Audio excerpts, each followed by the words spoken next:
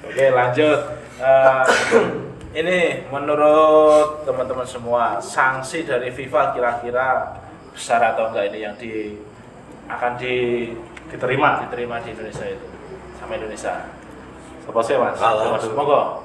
saya pribadi loh Mas, dari sudut pandang Kira-kira saya, aja. meskipun dari FIFA itu belum disampaikan Iya. ya secara detail, yang jelas untuk beberapa tahun ke depan ya nggak tahu berapa, mudah-mudahan sih enggak ya.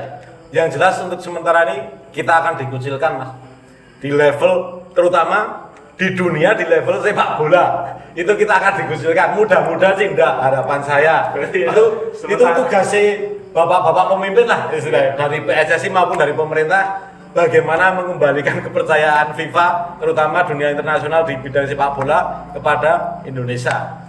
Meskipun kita belum tahu ya sanksi apa, yang jelas saya pribadi berat ini Mas, berat, Ya. sedih Berarti sementara kita mainnya antar kota dulu aja. Jangan antar negeri. Nggak bisa disampaikan dengan kata-kata. Mungkin saya itu dulu. Mas Eko mungkin nanti Mas ditutup Adi, dari ekonomi. Nah, saya justru Mas Eko dulu. Oh, nanti oke, ditutup siap. Mas dari ekonomi itu. Coba Mas Eko. Kalau Sanksi yang jelas kalau dari FIFA kan sebenarnya FIFA itu organisasi yang menurut saya tegas, walaupun kadang mereka juga mempunyai standar ganda tentang Rusia dan juga Israel ini. Yang jelas kalau FIFA sudah intinya dikecewakan atau mengalami seperti ini, seperti Indonesia yang kemarin ada gelombang penolakan yang seharusnya Piala Dunia diselenggarakan di Indonesia, di situ ada Israel sebagai peserta, tapi kok malah ada beberapa oknum yang menolak. FIFA itu pasti bertindak tegas, jelas. Tindakan tegas itu nanti akan diaplikasikan ke sanksi atau ke hukuman untuk anggotanya. Nah, anggotanya siapa? Indonesia yang memang tidak bisa mengemban tugas dengan baik sebagai selaku tuan rumah Piala Dunia U20. Kalau masalah sanksi biasanya loh Mas, kegagalan Piala Dunia yang kemarin-kemarin kan pernah Mas, Piala Dunia U20 gagal tuh sering banget Mas. Sudah ada beberapa negara, kita nggak usah sebutkan soalnya saya lupa. Kita bahas di sini aja. Saya lupa. Yang lain nggak usah dibahas. Yang jelas ada beberapa negara yang pernah gagal dalam menyelenggarakan Piala Dunia U20 ini. Ada sanksi yang harus mereka terima. Jelas satu, Bennett itu merupakan salah satu sanksi yang tidak memperbolehkan Indonesia atau timnas sepak bola Indonesia berkecimpung di dunia sepak bola internasional. Berarti nek mau antar kota oleh. Ya, tapi tidak diakui oleh FIFA. Kalau untuk main timnas Indonesia melawan Kelurahan Bangunjiwo, Kelurahan Podowarjo itu boleh. Boleh Sepangan FC tapi FIFA nggak mengakui. Jadi nanti ada event kualifikasi Piala Dunia yang terdekat adalah Piala Asia, ini yang bahaya Mas. Piala Asia Indonesia lolos sebagai runner-up group kemarin ya. Runner-up group lolos di jalur kualifikasi bukan giveaway. Mereka sudah susah payah lolos, nanti kalau di Bennett mereka nggak bisa main di Piala Asia. Padahal Indonesia itu macan Asia. Nah, betul. Terus nanti di Piala AFF juga nggak bisa main, walaupun Piala AFF itu bisa dikategorikan jarene atau katanya orang-orang Indonesia yang sakit itu cuma Piala Ciki, Piala Kaleng, tapi kok Indonesia nggak pernah juara. Nah, itu tetap nggak bisa main. Soalnya sejelek-jeleknya AFF itu masih ada FIFA, ada AFC yang ada di atasnya atau yang menaunginya. Itu Bennett yang pertama. Yang kedua, seperti yang Mas Agung utarakan tadi atau bilang tadi, Indonesia bakal dikucilkan dari dunia internasional, terutama penyelenggaraan event. Nggak cuma di sepak bola loh ya, karena Indonesia ini mendiskriminasi salah satu peserta, yaitu Israel. Nanti Olimpiade itu bisa loh Mas, tuan rumah Indonesia. Tapi kalau dengan kejadian ini, Olimpiade bisa saja Indonesia nggak dipilih mengikuti bidding, tapi Indonesia udah ada track record buruk atau di blacklist lah oleh panitia atau istilahnya yang punya Olimpiade gitu ya. Terus yang ketiga, Indonesia ini kan mempunyai supporter Fanatik ya. Supporter fanatik yang memang kalau mendukung Indonesia sangat-sangat luar biasa.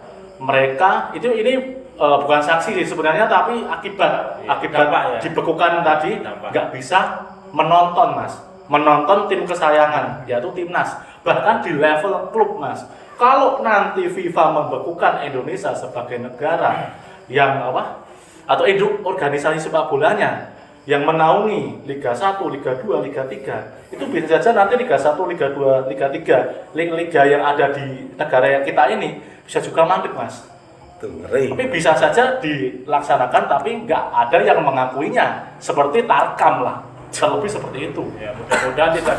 Mudah-mudahan. Pas kejadian ngono kuwi aku ya iki tutup iki mulai.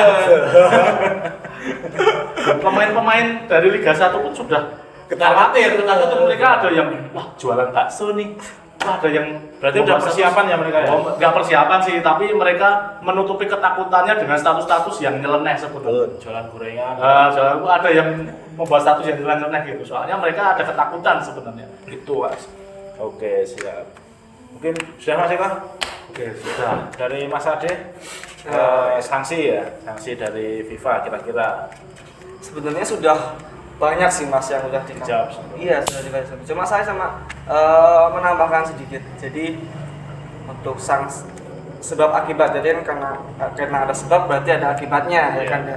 Kalau misalnya nanti Indonesia sudah menjadi red flag untuk negara, red flag itu kayak di blacklist dan kata lainnya masuk daftar hitam lah ya.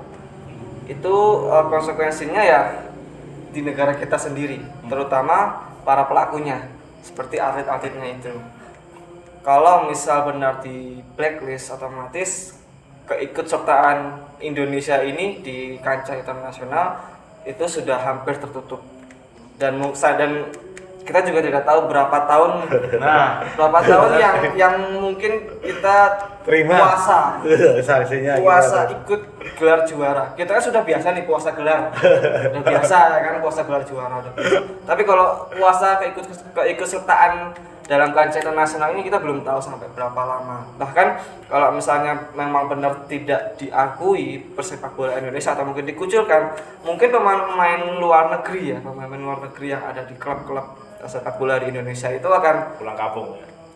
Mungkin bisa langsung out dari klubnya masing-masing ini yang kita takut yang Melayu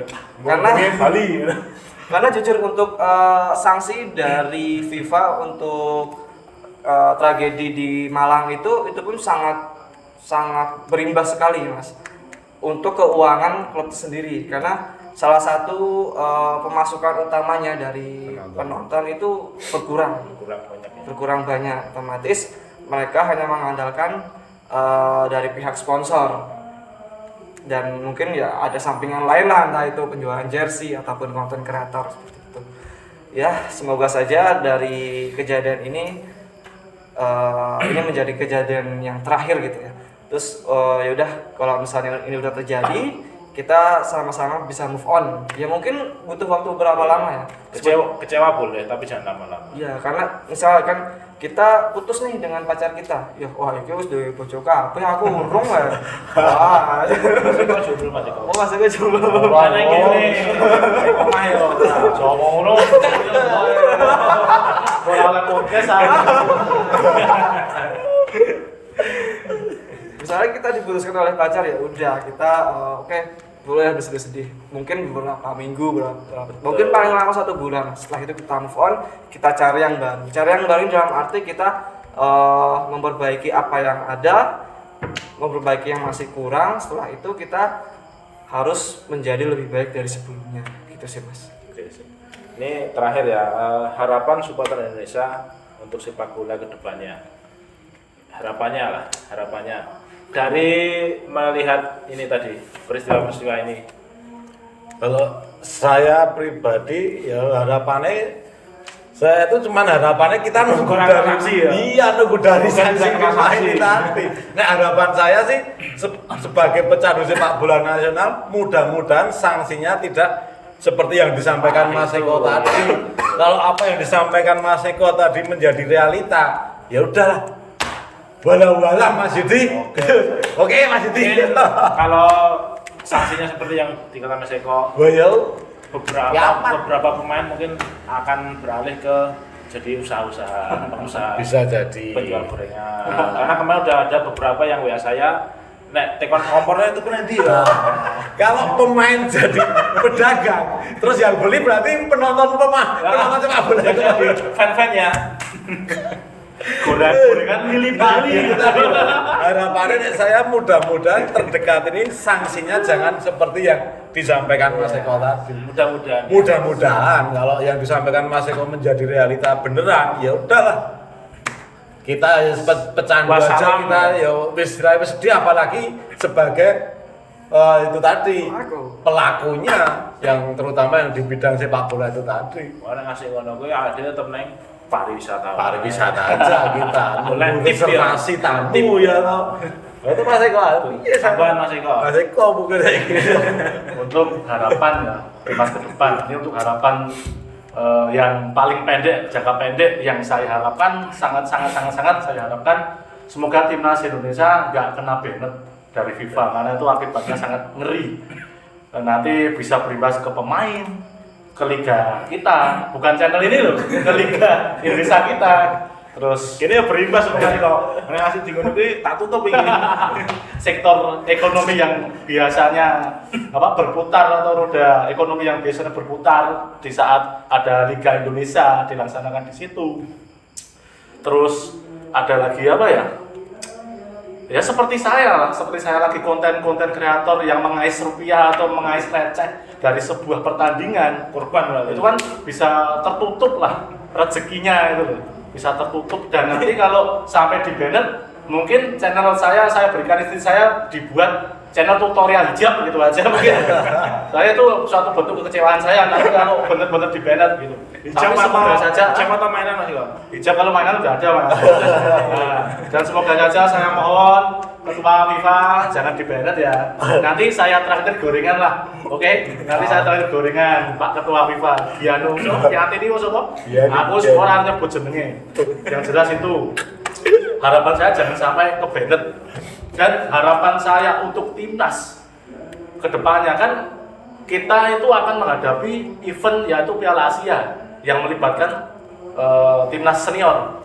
Yang kemarin udah menaturalisasi Jordi Amat, Sain Patinama, Sandy Walsh, dan juga ada Elkan Bagot. Kemarin yang U20 ada Justin Hubner, ada Rafael Struijk.